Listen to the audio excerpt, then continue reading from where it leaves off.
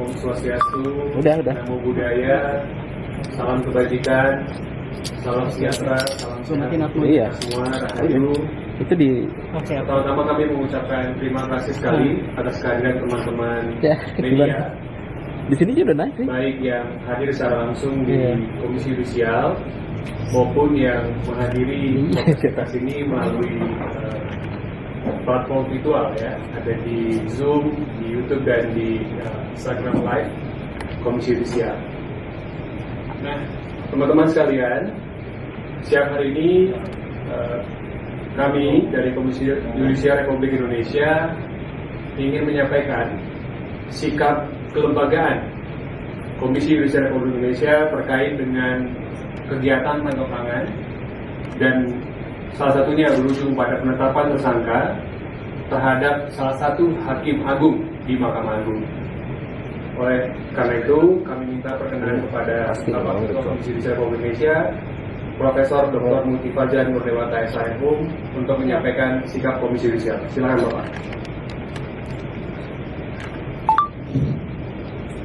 Bismillahirrahmanirrahim. Assalamualaikum warahmatullahi wabarakatuh. Om Swastiastu, salam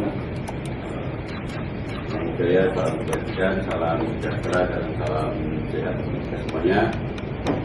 Pertama-tama saya ucapkan terima kasih kepada teman-teman media yang telah berkenan hadir dan ikut konferensi pers dari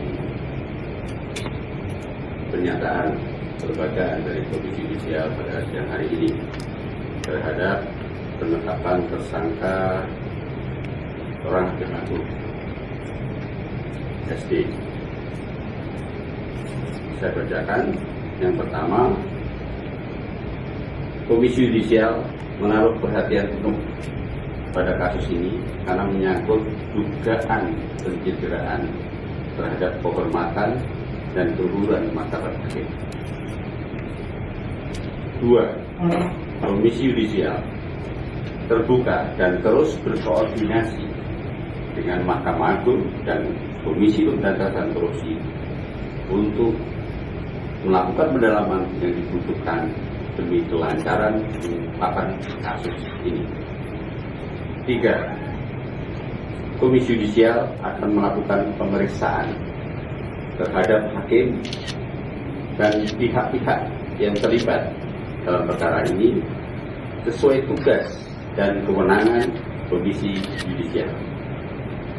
Dan keempat, Komisi Yudisial mendukung Komisi Pemberantasan Korupsi untuk bekerja melakukan proses penegakan hukum tentunya terhadap perkara ini. Demikian pernyataan resmi kelembagaan dari Komisi Yudisial yang saya sampaikan, dan tentu saja kami terus membutuhkan dukungan dari teman-teman media untuk menyampaikan informasi ini dan ikut serta mengawasi proses hukum terhadap kasus tersebut. Demikian, yang saya mohon maaf. Wassalamualaikum warahmatullahi wabarakatuh. Baik, terima kasih Bapak Ketua Komisi Yudisial Republik Indonesia, Profesor Dr. Muti Fajar Nurdewata SHM, yang telah menyampaikan butir-butir sikap kelembagaan Komisi Yudisial Republik Indonesia. Untuk itu kami persilahkan kepada teman-teman jurnalis yang ingin mengajukan pertanyaan. Mungkin 3 pertanyaan ya, terlebih dahulu. Boleh mengacungkan tangan, menyebutkan lembaganya dari mana ya, dan langsung pada inti pertanyaan. Silakan. Yang Pak, saya Geran Pak dari Merdeka.com. Pak mau nanya Pak, apakah Hakim Sudrajat ini yang dulu itu pernah disanksi oleh KAI bukan sih Pak, yang pernah dulu lobby-lobby di toilet terkait tes mencek Mahkamah calon hakim? Gitu aja Pak, terima kasih. Baik, terima kasih Mas Geran ya dari Merdeka.com. Baik, selanjutnya ada lagi.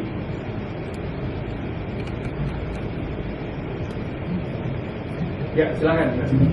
Saya Hanafi dari Detikkom. Izin bertanya, tadi sempat disebutkan koordinasi dengan KPK-nya itu dalam bentuk apa konkretnya? Apakah bakal melakukan penyidikan bersama atau seperti apa? Yang kedua, pasca Pak Sudrajat itu ditetapkan sebagai tersangka, tadi pagi beliau kan datang ke MA sebelum menyerahkan diri ke KPK. Apakah saya tahu apa maksud dan tujuan Pak Sudrajat itu ke MA? Kemudian yang ketiga, setelah dapat kabar OTT itu, apakah KAY sempat menghubungi atau berkontak dengan Pak Sudrajat sebelumnya menyerahkan diri? Terima kasih. Ya, terima kasih Mas Hanafi dari detik.com. Satu lagi teman-teman. Ya, silakan Mas. Ya, saya Adi dari Hukum Online. Mau tanya tadi yang poin ketiga, Pak, proses pemeriksaannya nanti bagaimana ya? Dan kemudian sanksinya nanti apa, misalkan kalau ada hasil pemeriksaan tadi, mungkin sanksinya apa, pemecatan atau apa? Terima kasih sudah bisa.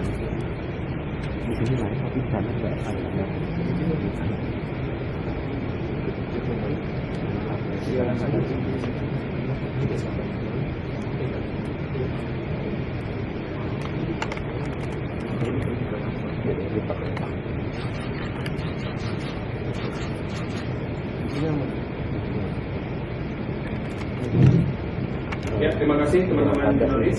Silakan pada Pak Putri untuk. Baik, saya coba menjawab. Nanti mungkin ada tambahan dari Bapak Sekjen, Pak Abdul Wasim, Bu Beni, Pak Ramil Investigasi atau Mas Biko. Yang pertama mengenai lobby itu terjadi di tahun 2014 dan 2013 dan pada saat itu informasi yang saya dapatkan bahwa itu tidak terbukti, sehingga kemudian saudara tersebut dinyatakan lolos pada proses seleksi dalam tim. Itu yang pertama. Yang kedua, bagaimana bentuk konkret dengan KPK? Inilah yang kemudian kita lakukan komunikasi dengan KPK. Tapi tentunya Komisi Yudisial akan menjalankan proses pemeriksaan yang akan didahului dengan menggali berbagai informasi dari kronologi, kemudian saksi-saksi, bukti, dan keterlibatan tersangka tersebut. Kemudian tentunya sesuai tugas dan kewenangan Komisi Yudisial, kita akan melakukan pemeriksaan, dan apabila cukup bukti dan sebagainya, maka kita akan melakukan persidangan. Jika sanksinya masuk kategori berat dengan sanksi pemberhentian dengan dihormat, tentunya kita akan menyelenggarakan MKH dengan MA, itu sesuai dengan ketentuan yang berlaku. Kemudian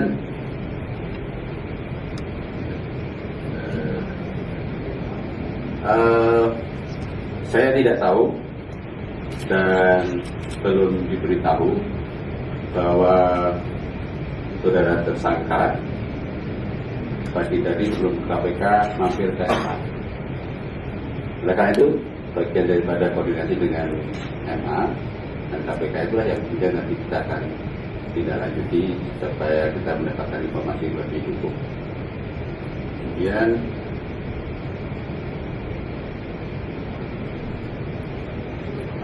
apakah KAY melakukan kontak? Tidak, karena sejak kemarin kita lakukan terus koordinasi dan saling berbagi informasi dengan KPK dan MA, tapi baru pagi tadi subuh fix dinyatakan saudara SD dinyatakan sebagai tersangka.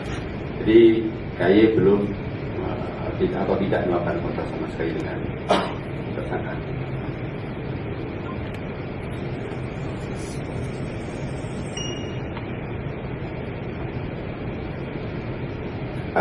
Proses pemeriksaannya tentunya nanti akan kita lakukan dan kita diskusikan dengan KPK karena posisinya sudah menjadi tersangka dan menjadi tahanan di KPK. Tentunya tidak kita perlu koordinasi, ya, tidak seperti kalau hakim yang biasa dilaporkan di Komisi Judisial lalu di sidang di kantor KAI dan sebagainya, tapi mungkin akan dilakukan di KPK itu juga kemungkinan. Nah, inilah yang nanti kita lakukan koordinasi dengan KPK. Demikian. Terima kasih Pak Ketua. Kita masuk termin kedua sekaligus termin terakhir ya untuk 3 penanya kembali. Silakan dari sebelah kanan. Boleh nama dan medianya ya. Selamat siang, saya Ana dari Bogor. Menanyakan Pak, jadi proses etiknya Pak Apa? Kenapa Bang? Beres? Oh, oke, udah. Siap. Iya. Waktu itu kan pernah kejadian Oke Bang, thank you ya. Ya, thank you Bang. You. pemberhentian dari saya, tapi juga diproses di SH yang pertama itu siapa? Nah, itu yang pertama, yang kedua kami Sesuai dengan tugas dan kewenangan masing-masing. Ya. Jadi tugas konstitusional Komisi Judisial adalah selain melakukan seleksi calon hakim adalah menjaga martabat perilaku hakim.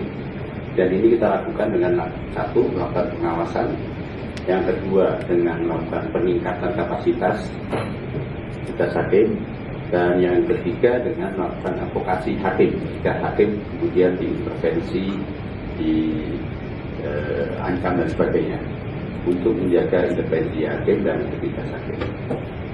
Dari berbagai upaya ini, Komisi Judisial melakukan survei tahunan secara rutin terhadap integritas hakim, dan itu selalu kami publikasikan.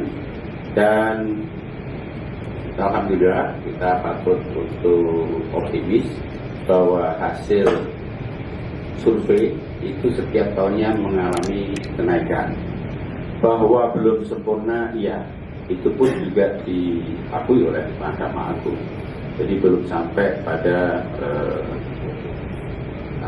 titik sempurna, tapi bahwa menunjukkan peningkatan terus-menerus perbaikan dari integritas hakim ini setiap tahunnya mengalami kenaikan.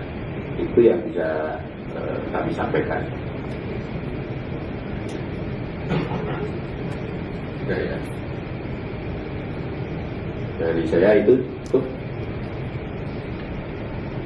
Ya, terima kasih Pak Ketua. Saya kira demikian kalau tidak